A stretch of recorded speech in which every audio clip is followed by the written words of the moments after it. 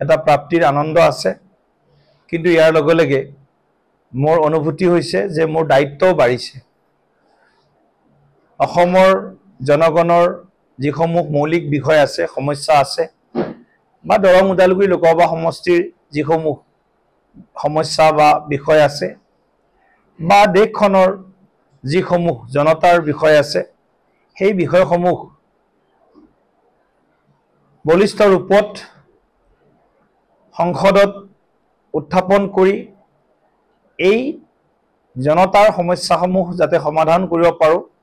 আৰু সংসদীয় যিটো গণতান্ত্ৰিক প্ৰমূল্যবোধ সংসদীয় যি পৰম্পৰা সেই পৰম্পৰা কেনেকৈ শক্তিশালী কৰিব পাৰো এই সন্দৰ্ভত যাতে সকলো সাংসদে পক্ষ প্ৰতিপক্ষ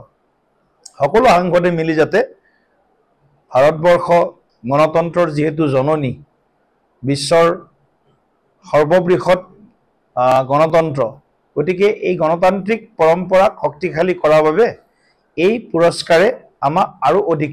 দায়িত্বশীল বা এই এৱাৰ্ডে আৰু অধিক সংবেদনশীল কৰিলে গতিকে মই পোনপ্ৰথমে জুৰি কমিটিৰ যিসকল সন্মানীয় সদস্য আছিল আৰু প্ৰাইম পইণ্ট ফাউণ্ডেশ্যনৰ যি মুখ্য যিজন অধ্যক্ষ শ্ৰীনিবাসন তেখেতলৈ মই আন্তৰিক ধন্যবাদ কৃতজ্ঞতা জ্ঞাপন কৰিছোঁ আজি খুব গাম্ভীৰ্যপূৰ্ণ অনুষ্ঠানত এই পুৰস্কাৰ আমাক প্ৰদান কৰে আৰু আমি এই পুৰস্কাৰ লাভ কৰি